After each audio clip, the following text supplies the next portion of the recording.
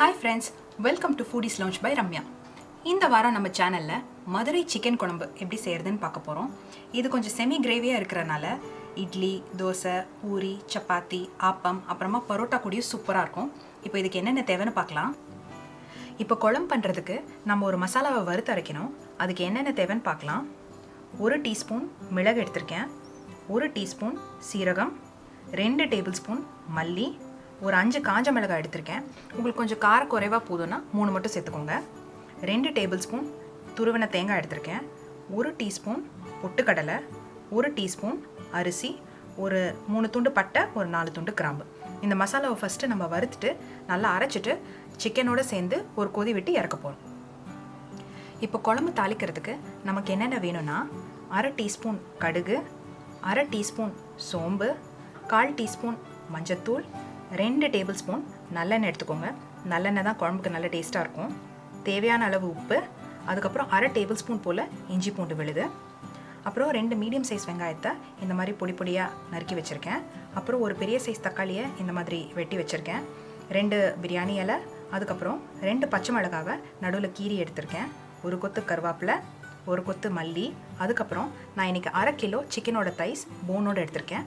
இப்போ இந்த குழம்பு எப்படி செய்யறதுன்னு பார்க்கலாம். இப்போ கடாயை கொஞ்சம் சூடு பண்ணி 1/2 டீஸ்பூன் எண்ணெய் ஊற்றிருக்கேன். இப்போ நம்ம தேங்காவை தவிர மற்ற எல்லாத்தையும் சேர்த்து ட்ரை ரோஸ்ட் பண்ணிடலாம்.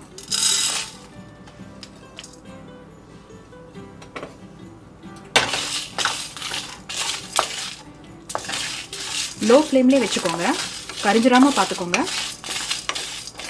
இது ஒரு 5 நிமிஷம் நல்லா ட்ரை ரோஸ்ட் ஆகட்டும்.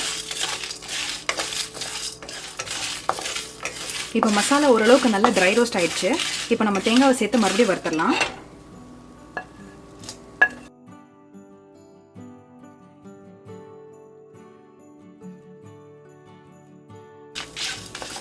இது கொஞ்சம் கலர் வந்ததுக்கு அப்புறமா நம்ம ஸ்டவ் ஆஃப் பண்ணிடலாம். இப்போ இந்த மசாலாவை ஒரு 5 நிமிஷம் நல்லா ட்ரை ரோஸ்ட் பண்ணியாச்சு. நான் ஸ்டவ் ஆஃப் பண்ணிட்டேன். நல்லா வாசனையாக இருக்குது. இது நல்லா ஆறுனதுக்கு அப்புறமா ஒரு மிக்ஸி ஜாரில் நம்ம கொஞ்சமாக தண்ணி விட்டு நல்லா அரைச்சிடலாம். இப்போ ஒரு 1/2 கப் தண்ணி ஊற்றி இந்த மசாலாவை நல்லா ஒரு ஃபைன் பேஸ்ட்டாக அரைச்சி எடுத்திருக்கேன். இப்போ கடாயை மறுபடியும் சூடு பண்ணி ஒரு 2 டேபிள் ஸ்பூன் போல் நல்லெண்ணெய் ஊற்றிக்கலாம்.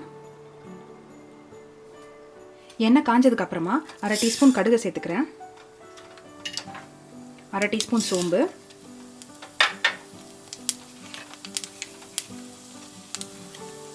2 பிரியாணி இலை சேர்த்துக்கலாம்,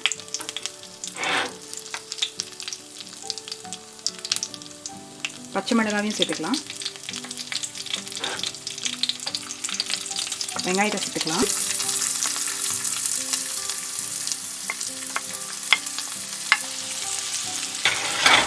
இதை நல்லா வறுத்துடலாம். வெங்காயம் சீக்கிரமாக வதங்கிறதுக்கு கொஞ்சமாக உப்பு சேர்த்துக்கோங்க.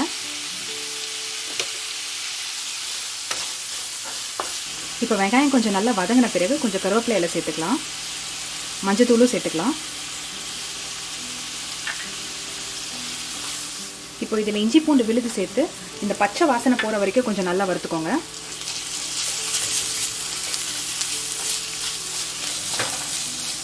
இப்போ இஞ்சி பூண்டு விழுதோட பச்சை வாசனையெல்லாம் நல்லா போயிடுச்சு.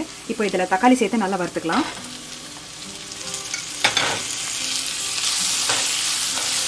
இப்போ தக்காளி கொஞ்சம் வதங்கின பிறகு நம்ம இதில் சிக்கனை சேர்த்துடலாம்.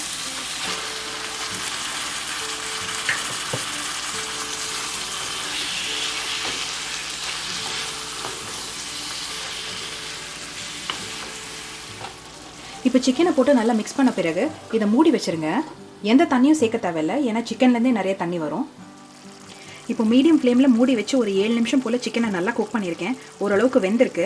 எவ்வளோ தண்ணி வந்திருக்குன்னு பாருங்களேன். இப்போ கடைசியாக நம்ம மசாலா சேர்த்து மறுபடியும் இதை கொதிக்க விட்டுடலாம்.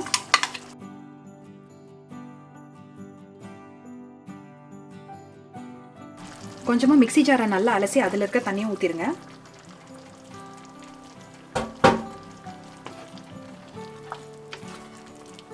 இப்போ இதை நல்லா மிக்ஸ் பண்ணிடலாம். இப்போ மசாலா போட்டு நல்லா மிக்ஸ் பண்ண பிறகு உப்பு சரியாக இருக்கான்னு செக் பண்ணிக்கோங்க. இதை மூடி வச்சு ஒரு 10 நிமிஷம் சிம்மில் வச்சு நல்லா குக் பண்ணுங்கள். இப்போ ஒரு 10 நிமிஷம் மீடியம் ஃப்ளேமில் நல்லா குக் பண்ணியாச்சு. இதை ஓப்பன் பண்ணி செக் பண்ணிடலாம்.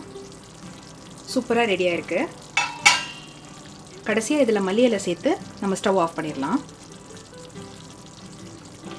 ஸோ ஃப்ரெண்ட்ஸ், இப்போ நம்மளோட மதுரை சிக்கன் குழம்பு சூப்பராக ரெடி ஆயிடுச்சு. ஒரு அரை மணி நேரத்துலேருந்து 3/4 மணி நேரத்துக்குள்ளே இதை செஞ்சு முடிச்சிடலாம். நான் இன்றைக்கி இதை பரோட்டாவோட சர்வ் பண்ணியிருக்கேன். நீங்களும் இதை ட்ரை பண்ணி பார்த்துட்டு எப்படி இருந்ததுன்னு கமெண்ட்ஸில் உங்களோட ஃபீட்பேக்கை சொல்லுங்கள். இந்த வீடியோ உங்களுக்கு பிடிச்சிருந்தா எங்கள் சேனலை லைக் பண்ணுங்கள், ஷேர் பண்ணுங்கள், சப்ஸ்கிரைப் பண்ணுங்கள். கூடவே இருக்கிற அந்த பெல் சிம்பலையும் ப்ரெஸ் பண்ணிக்கோங்க. நான் அடுத்த வாரம் இன்னொரு நல்ல ரெசிபியோடு உங்களை மீட் பண்ணுறேன். டாடா.